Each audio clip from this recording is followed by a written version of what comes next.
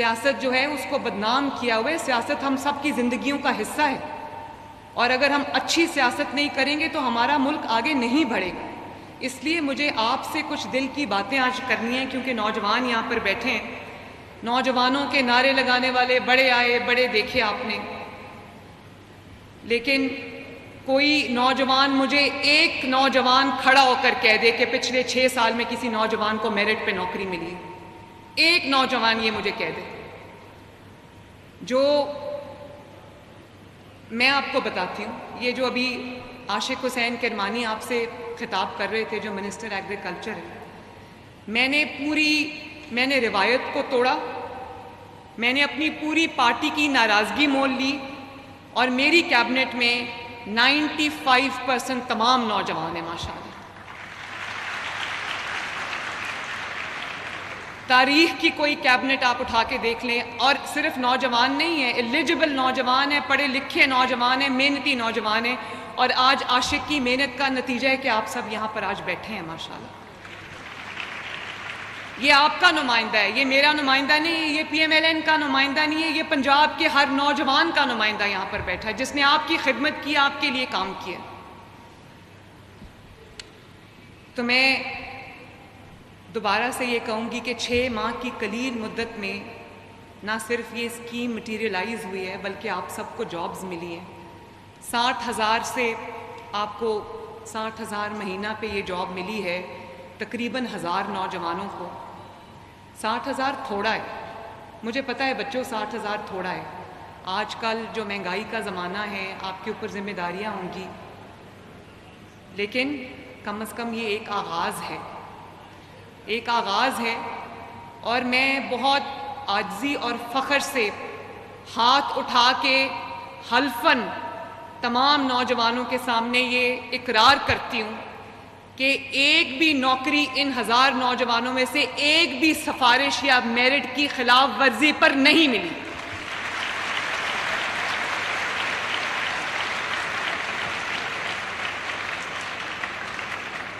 آپ میں سے کوئی نوجوان یہ کھڑا ہو کر کہہ دے, مجھے میرے سامنے کہہ دے کہ یہ میرے ساتھ والا جو بیٹھا ہے یا جو کوئی اور بیٹھا ہے وہ سفارش سے یہاں پر آیا.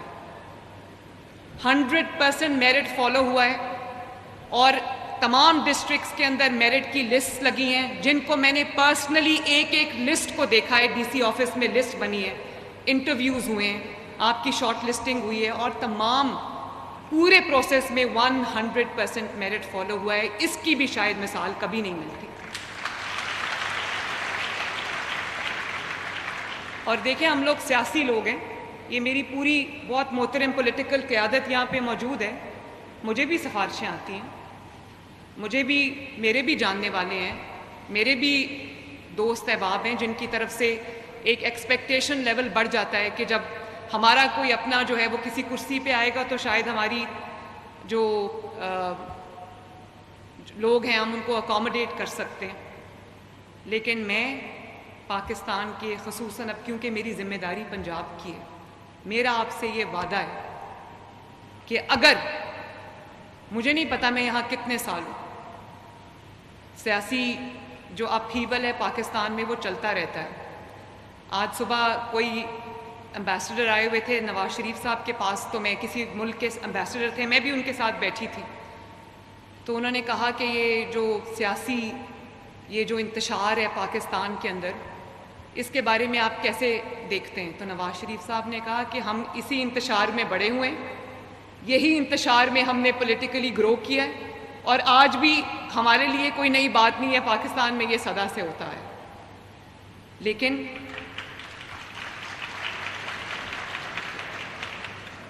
میں اپنے نوجوانوں سے یہ پوچھنا چاہتی ہوں, اس سے پہلے کہ میں کسان پیکج کے اوپر بات کروں, میں اپنے نوجوانوں سے یہ پوچھنا چاہتی ہوں کہ کیا آپ ایک ایسا پاکستان چاہتے ہو کہ جس کے اندر گالی گلوچ ہو, چور ڈاکو کی جھوٹے الزامات ہوں, اس کو پکڑ لو اس کو بند کر دو, اور جب آپ ملک سے اپنے گھر سے باہر نکلیں تو گھیراؤ جلاؤ کی ترغیب دیں, اور آپ کی کوئی توجہ نہ ہو کہ اس ملک میں نوجوانوں کا کیا بنے گا, وہ بھی ڈگریز لے کے بے روزگار پھر رہے ہیں.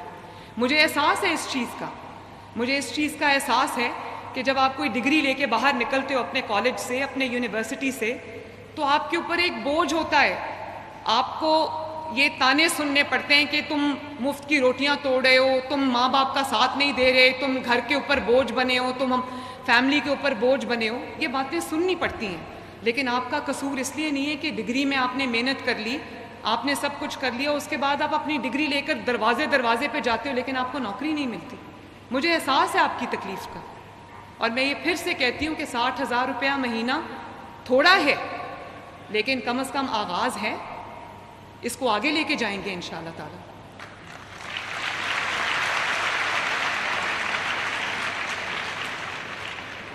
اور یہ آپ جس بھی پارٹی سے بلانگ کرتے ہو, انٹرویوز کے دوران یا آپ کی شارٹ لسٹنگ کے دوران کبھی آپ سے کسی نے پوچھا ہو کہ آپ کا تعلق کس جماعت سے ہے؟ اگر مسلم لیگ نون سے ہے تو نوکری ملے گی, مسلم لیگ نون سے ہے تو نوکری نہیں ملے گی.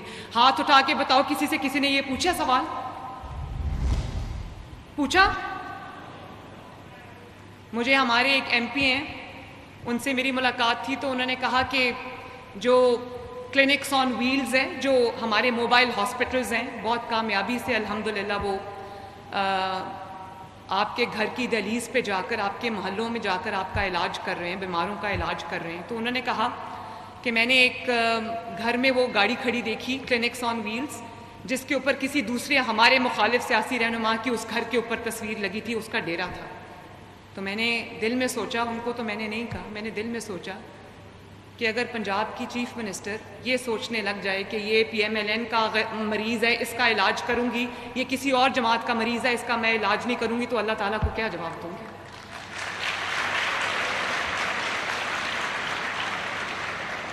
آپ کو جس کا نعرہ لگانا ہے لگائیں, لیکن ایک بار ضرور سوچ لیں کہ کیا یہ چیز آپ کو, آپ کے ملک کو, آپ کو, آپ کے مستقبل کو, آپ کے فیوچر کو, پاکستان کی فیوچر جنریشنز کو کہاں لے کر جا رہی ہے. میں بھی آج بڑکے لگانے والوں میں سے ہوں, تو میں کہوں میں فلاں صوبے میں جا کے جلسہ کرنے لگی ہوں اور میں فلاں صوبے میں جا کے گراؤ جلاؤ کرنے لگی ہوں, یہ تو بہت آسان کام ہے کرنا. کام کچھ کرنا نہیں ہے اور گالی نکالنی ہے, جب منہ کھلے اس میں سے غلاظت کے ڈھیر آپ کہنا شروع کر دیں, اور آپ کا ٹوٹل فوکس یہ ہو کہ کس کی تذلیل کس طرح کرنی ہے, کسی کو جو گالی کس طرح دینی ہے, کسی کی عزت کس طرح اچھالنی ہے. تو میں یہ آپ کو بتا دوں کہ ایک اللہ تعالیٰ کی ذات اوپر بیٹھی ہے, جو کہتے ہیں نا کہ کفر کا نظام چل سکتا ہے, ظلم کا نظام نہیں چل سکتا, کیونکہ ظلم جھوٹ کے اوپر بیسڈ ہوتا ہے. آج پوچھے خیبر پختونخوا سے, میں جس ہسپتال میں جاتی ہوں مجھے خیبر پختونخوا کے مریض ملتے ہیں. ہم نے heart surgery programme children hospital میں شروع کیا, تو کارڈ دیے ہم نے کہ جو بچے جن کی زندگیوں کو خطرہ ہے اور ان کی ہارٹ سرجری ہونی ہے, اور 15,000 بچوں کا بیک لاگ ہے, ویٹنگ لسٹ ہے. اب دل کی جو مرض ہے وہ تو انتظار نہیں کر سکتا. میرے آنے سے پہلے کچھ بچے اس دنیا سے چلے گئے آپریشن کا انتظار کرتے کرتے.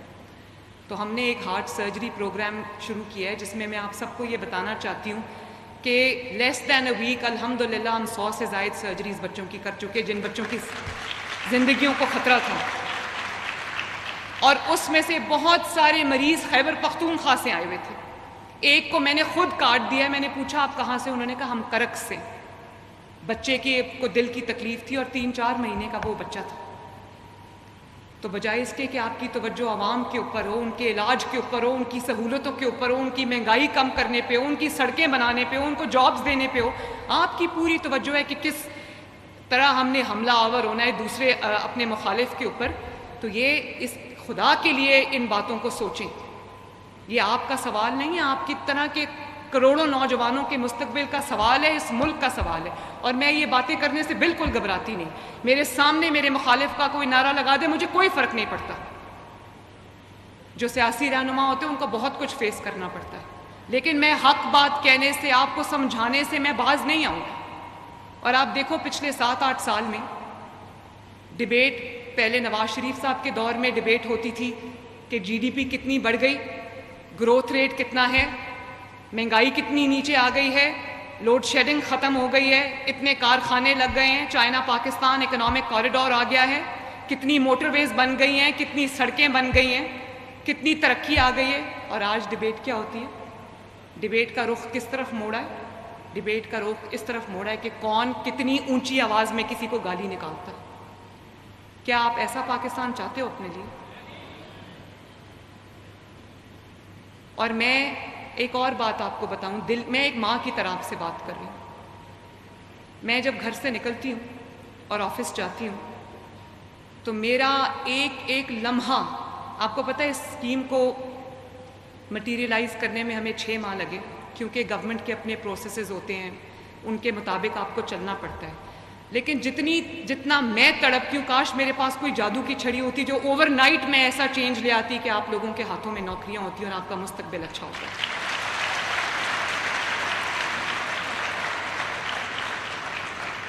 یہ جو بچیاں میرے سامنے بیٹھی ہیں، کوئی حکومت مجھے بتا دے جس نے بچیوں کی حفاظت کے لیے کوئی قدم اٹھایا ہو۔ آج بھی کرائم ہوتا ہے، لیکن آج آپ اگر 15 پہ کال کریں اور ورچوئل پولیس اسٹیشن پہ اپنی شکایت درج کرائیں، آپ کو ویڈیو کال کی سہولت موجود ہے آپ کے لیے۔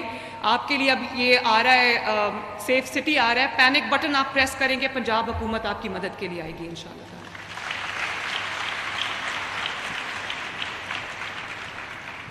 تو یہ اپنے آپ نہیں ہو جاتا، اس کے لیے نیت چاہیے ہوتی ہے، خدمت کی تڑپ چاہیے ہوتی ہے۔ آپ کی تکلیف کو میں سمجھتی ہوں، اور جو ڈیلے آتے ہیں، پروسیجرل ڈیلیز جو ہوتے ہیں، جو گورنمنٹ میں طریقہ کار ہوتا ہے، ہر روز میں بے چینی کی کیفیت میں یہ دن گزارتی ہوں کہ میں کچھ کر جاؤں آپ سب کے لیے۔ پتہ نہیں میں یہاں پر کتنی دیر ہوں، کیونکہ آپ کو پتہ ہے کہ حکومت جو ہے یا جو اقتدار ہے وہ بہت آنی جانی چیز ہے۔ تو یہ جو میرے سامنے انٹرنز بیٹھے ہیں، ہمیں تقریباً 5000 سے زائد اپلیکیشنز موصول ہوئیں، 1000 کو ہم نے لینا تھا، اور مجھے خوشی ہے کہ یہ تمام جو 1000 کے 1000 لوگ ہیں، یہ ایگریکلچرل یونیورسٹیز سے پڑھے ہوئے ہیں، ریلیونٹ ان کے پاس نالج ہے، ریلیونٹ ایجوکیشن ہے، اور سب 25 سال سے کم عمر ہے۔ اس کا مطلب ہے ابھی پڑھ کے نکلے اور ابھی نوکری جو ہے وہ ہاتھ میں ہے، فریش گریجویٹس ہیں، اور بہت خوشی کی بات ہے کہ اس میں سے 25% جو ہیں وہ لڑکیاں ہیں، بچیاں ہیں ماشاءاللہ۔ میں نہیں سوچ سکتی تھی کہ ایگریکلچر، جس کو ایک ہمارے دماغوں میں تاثر ہے کہ یہ مردوں کا کام ہے، مجھے نہیں پتا تھا کہ اتنی برائٹ بچیاں ہیں، 25% میرے پاس بچیاں آئی ہیں۔ میں بہت بہت بہت خوش ہوں، اور آپ سب میرا انٹرفیس ہیں، میرا رابطہ ہے کسان کے ساتھ۔ آپ کی ٹریننگز بھی ہوں گی، آپ کو کسان کو ریچ آؤٹ کرنا ہے on behalf of the chief minister of Punjab, on behalf of the Punjab government. تو آپ کو یہ ضرور آج سمجھ لینا چاہیے کہ کسان کے ساتھ میرا جو رابطہ ہے وہ آپ سب ہے۔ اور تاریخ کا سب سے بڑا کسان پیکیج اگلے سال 400 بلین کا کسان پیکیج ہم لے کے آ رہے ہیں۔ اور میں بچوں کو یہ بھی بتانا چاہتی ہوں کہ پنجاب جو ہے نا وہ بگیسٹ فوڈ باسکٹ ہے پاکستان کی، پنجاب بگیسٹ ویٹ گروور ہے پاکستان کا۔ تو مجھے اپنی ذمہ داری کا احساس ہے۔ جب میں نے اس حکومت نے فیصلہ کیا کہ ہم نے گندم نہیں خریدنی، تو آج میں آپ سب کے سامنے یہ بتانا چاہتی ہوں کہ ہم نے وہ گندم کیوں نہیں خریدی۔ بہت حکومتیں آتی ہیں، ڈیٹیلز میں جائے بغیر یہ نعرہ لگاتی ہیں کہ کسان کے لیے ہم یہ کر دیں گے، کسان کے لیے ہم وہ کر دیں گے۔ کبھی کسی نے سوچا کہ جو 2-2.5 ملین ٹن حکومت خریدتی ہے کسان سے، وہ کسان سے کبھی نہیں خریدتی، وہ مافیاز سے خریدتی ہے، وہ خریدتی ہے آڑتیوں سے جنہوں نے کسان کو ہاسٹیج بنایا ہوتا ہے۔ آڑتی کیا کرتا ہے؟ حکومت تو آڑتیوں سے خریدتی ہے، اور آپ کو اندازہ نہیں ہے کہ اس کے اندر کتنی کرپشن ہوتی ہے۔ ایک ایک باردانہ کا جو بیگ ہے وہ کئی کئی ہزار کا بکتا ہے. تو جو غریب کسان ہے وہ بیگز ہزاروں میں خرید سکتا ہے؟ آڑتی جب کسان کے پاس جاتا ہے تو اس کو کیا کہتا ہے؟ اس کو ایڈوانس نہیں دیتا، اس کو کہتا ہے کہ تمہیں جو کاسٹ آئی ہے میں اس سے تھوڑا سا اوپر تمہیں منافع دیکھ کے میں تمہاری گندم خرید کے لے جا رہا ہوں. گورنمنٹ یوزلی 4,000 کے قریب جو ہے وہ گندم کی پرائس مقرر کرتی ہے، تو وہ کسان کو 4,000 کبھی نہیں ملتا. یہ تو میں اب یہاں پر آئی ہوں، میں نے ڈیٹیلز تک، میں مائنیوٹس ڈیٹیلز تک گئی ہوں، تو مجھے پتا ہے کسان کو کبھی 4,000 روپے پہ گندم کسان سے کسی نے نہیں خریدی. آڑتی ضرور 4,000 اور اس سے پلس میں بیچتا ہے. تو کسان کا تو استحصال ہوتا ہے. کسان کو کہا جاتا ہے کہ میں تمہارا سارا، کیونکہ ٹرانسپورٹ کے لیے اس کے لیے مشکل ہوتا ہے اپنی مارکیٹ تک گندم پہنچانا، تو آڑتی اس کو یہ کہتا ہے کہ میں ادھار پہ تمہاری گندم لے رہا ہوں، تم سے پوری گندم اٹھا رہا ہوں، اور جب بک جائے گی تو پیسے تمہیں دے دوں گا. بک جاتی ہے تو منافع اپنی جیب میں جاتا ہے، کسان کو جتنا تھوڑا بہت اس کو چپ کرانے کے لیے دیا جاتا ہے وہ دیا جاتا ہے. اور اس کے بعد جب حکومت کے پاس وہ گندم آتی ہے تو اس میں اگر 4,000 کی گندم حکومت خریدتی، 1,000 روپیہ کرپشن کا ایڈ ہوتا ہے فوڈ ڈپارٹمنٹ کی جانب سے اور بہت سارے ڈپارٹمنٹ سے، 1,000 روپیہ کرپشن کا ایڈ ہوتا ہے، اور جو عوام کو 14-15 کروڑ عوام کو روٹی مہنگی ملتی ہے. اب آپ دیکھو، ہم نے گندم نہیں خریدی لیکن روٹی پورے پنجاب میں 12 اور 13 روپے کی، 25 روپے سے 12 اور 13 روپے پہ آئی. اور نہ صرف یہ کہ 25 روپے سے 12-13 روپے پہ آئی ہے، اس کو امپلیمنٹ کرایا ہے اللہ تعالیٰ کے فضل سے. اور میں یہ آپ کو بات، آپ خود اپنی انفارمیشن آپ کی ہے، آپ کے پاس آج کل فونز پہ سب کچھ ہوتا ہے، آپ دیکھتے ہو. آپ دیکھو باقی 3 صوبوں میں روٹی 12, 13, 14 کی نہیں، صرف پنجاب کے اندر 12, 13, 14 کی. اور مہنگائی پر تقریباً میری روز میٹنگ ہوتی ہے. میرے کمرے کے اندر، میرے آفس کے اندر، میرے آئی پیڈ کے اوپر ایک لائیو اسکرین چلتی ہے جس میں غریب کے لیے جو چیزیں استعمال کی ہوتی ہیں، چاہے وہ آٹا ہو، چینی ہو، آلو ہو، ٹماٹر ہو، پیاز ہو، اس کی قیمتیں میرے پاس آتی ہیں. اور اگر اس میں 10 روپے بھی اوپر جائے تو میں جس شہر کی رپورٹ ہوتی ہے میں اس کو فون کر کے پوچھتی ہوں یہ کیا. اور یہاں پر میرے جو ٹیم ممبرز ہیں وہ بھی بیٹھے ہیں، میں ان کو کہتی ہوں، وہ کہتے ہیں مہنگائی تو ہوتی رہتی ہے. میں نے کہا یہ کہتے وقت آپ کو خیال نہیں آتا؟ آپ ایئر کنڈیشن دفتروں میں بیٹھ کر یہ بات کر سکتے ہیں کہ مہنگائی ہوتی رہتی ہے. جس نے ابھی بھی 30,000 روپے میں اپنا بجٹ بنانا ہے اس کو پوچھیں مہنگائی کیا ہوتی ہے، 1-1 روپے کی قیمت میں اضافہ کیا ہوتا ہے. اور میں اپنے بچوں سے یہ شیئر کرنا چاہتی ہوں کہ اللہ تعالیٰ کے فضل و کرم سے کل کیا ہوتا ہے میں نہیں جانتی، کیونکہ انٹرنیشنل پرائسز کے اوپر بھی، آئل پرائسز کے اوپر بھی بہت کچھ بیس کرتا ہے. لیکن جنہوں نے روٹی کی قیمت 15 روپے کی تھی، آج دوسرے صوبوں میں روٹی ابھی بھی 20-22 روپے کی دوبارہ کر دی ہے انہوں نے. پنجاب ایک واحد صوبہ ہے جس میں پچھلے 6 مہینے میں مہنگائی کا گراف یوزولی یوں جاتا ہے، اوپر نیچے اوپر نیچے، لیکن پنجاب ایک اب واحد صوبہ ہے. اللہ تعالیٰ کا شکر ہے کہ پچھلے 6 مہینے کے اندر مہنگائی کا گراف یوں ہے، بلکہ نیچے جا رہے ہیں. 38% سے مہنگائی جو ہے وہ 9% سے بھی کم ہو گئی ہے. یہ اللہ تعالیٰ کا معجزہ ہے. اور اس میں یہ فیصلہ کہ گندم میں کرپشن نہیں ہونے دینی، اس کو بچانا، اس فیصلے کا سب سے بڑا کردار ہے ماشاءاللہ. اور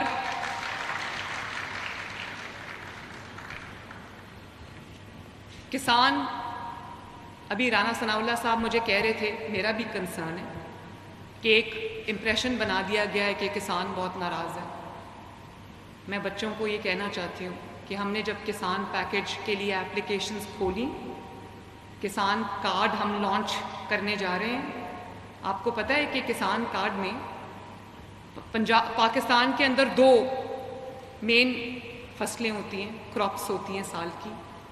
دونوں کراپس کے لیے ہم 1 پیسہ سود کے بغیر before the crop, the swing, ہم 1.5 لاکھ روپیہ قرضہ چھوٹے کسان کو دینے لگے تاکہ وہ اپنا جو بیج ہے وہ معیاری بیج خرید سکے، جو پیسٹیسائیڈ ہے وہ معیاری خرید سکے، اور جو فرٹیلائزر ہے، کھاد ہے، وہ معیاری خرید سکے اور اس کے لیے اس کو آڑتی اور مڈل مین کے ہاتھوں بلیک میل نہ ہونا پڑے.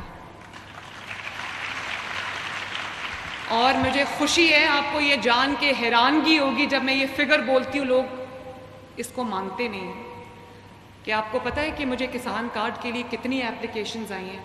مجھے کسان کارڈ کے لیے حملہ آور ہو، لشکر لے کر آ جائے اور پنجاب کی حدود کے اندر کسی بیچارے کی بس اتر کے، کسی کوئی وین کھڑی تھی، خود AK-47 ہوا میں لہرائی اور شیشے توڑ دیے اس بیچارے کی گاڑی کے.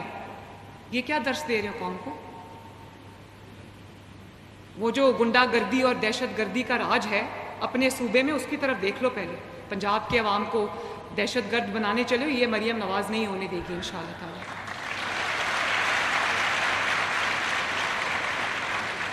تمہارے لوگ صوبے کے بھوک اور بیماری سے مر رہے ہیں، ادھر توجہ کرو. تمہارا کام دوسرے صوبوں پر لشکر انداز ہو کر حملہ کرنا نہیں ہے.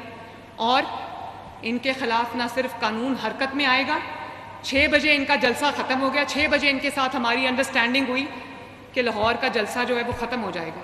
6 بجے کے بعد 2 پولیس والے گئے ہیں، جلسہ ختم کرا کے نیچے آ گئے. کیونکہ پنجاب جو ہے وہ کسی قاعدے اور قانون کے تحت چلتا ہے. پنجاب یہ نہیں ہو سکتا کہ شام کو 5 بجے سڑکیں بند ہو جائے اور دہشت گردوں کا راج ہو پنجاب کے اندر. کسی جگہ کوئی اگر جرم ہوتا ہے تو میں اسی وقت DPO کو فون کر کے پوچھتی ہوں کہ یہاں پر یہ کیوں ہوا، اور پوری کوشش کر رہی ہوں کہ ہم لا اینڈ آرڈر کو کنٹرول کریں، کرائم ریٹ جو ہے وہ نیچے لے کر آئیں.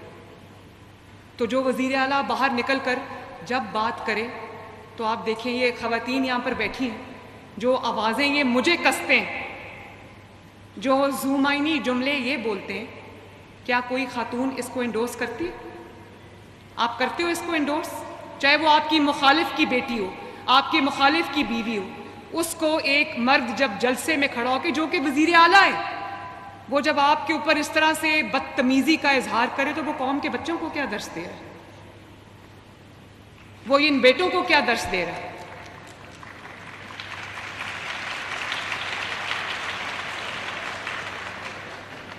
اور پوری توجہ گہراؤ اور جلاؤ پہ رکھنا اور اپنے فرائض کو ادا کرنا نہ کر سکنا، اس سے بڑی مجرمانہ غفلت ہو ہی نہیں سکتی. جو کام کر رہا ہے اس کے لیے تو ان چیزوں کے لیے ٹائم ہی نہیں ہے اس کے پاس. مجھے اگر کوئی یہ کہے کہ وہاں جا کے جلسہ کر کے آؤ، ہاں اگر تعمیری جلسہ ہے تو کر کے آ جاؤں گی، لیکن میرے پاس وقت نہیں ہے کہ میں بیٹھ کے یہ سوچوں کہ میں نے فلاں کی تذلیل کیسے کرنی ہے، میں نے ایک لا اینڈ آرڈر سچویشن کیسے کریٹ کرنی ہے، میں نے اپنے پولیٹیکل اپوننٹ کو نیچا کیسے دکھانا ہے. بھئی اللہ تعالیٰ نے ذمہ داری دی ہے، اگر عزت دے دی اللہ تعالیٰ نے تو اس قابل بھی تو بنو. اور آپ کی ایک ہی رسپانسبلٹی ہے اس وقت، اور وہ ہے عوام کی خدمت. آپ کے صوبے کے عوام رول رہے ہیں اور آپ عیش و عشرت میں پڑے ہوئے، روز لشکر لے کے آ جاتے ہیں. تو جو پنجاب کی سرحد میں داخل ہو کر انہوں نے موٹر وے پہ 1 وے پہ گاڑی چلا دی، جو ہزاروں لوگ کمیوٹ کر رہے تھے، ہزاروں ٹریولرز جو تھے موٹر وے پہ، ان کی زندگیاں انہوں نے خطرے میں ڈال دی. میرا کام ہو جائے، دوسرا کوئی مرتا ہے تو مرے. کیا عوام گاجر مولی ہے؟ پنجاب کے اندر ایک قانون ہے، قانون کی عمل درآمد ہے، قانون کی پاسداری ہے. پنجاب کی سرحد میں آگے اگر قانون توڑو گے تو منہ توڑ جواب ملے گا آگے سے.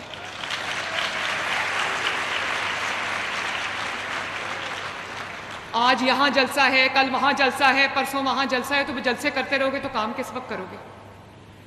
اور یہ بھی میں بتا دوں، ہر جلسہ ان کا فیل ہوا ہے، ہر جلسہ ان کا ناکام ہوا ہے. اس کی وجہ کیا ہے؟ اس کی وجہ یہ نہیں ہے کہ عوام گھر سے نہیں نکلنا چاہتی، اس کی وجہ یہ ہے کہ 6-7 سال کے بعد عوام کو ریلیف ملنا شروع ہوا ہے.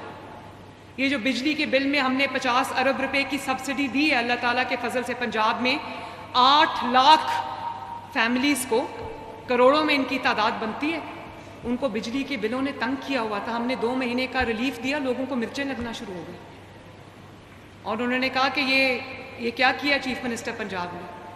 تو بھئی اپنی ذمہ داری کو پہچانو. تم بھی جس صوبے کے چیف منسٹر، تمہارا کام بھی عوام کو ریلیف دینا ہے. ریلیف سے تکلیف میں نے پہلی دفعہ سنی.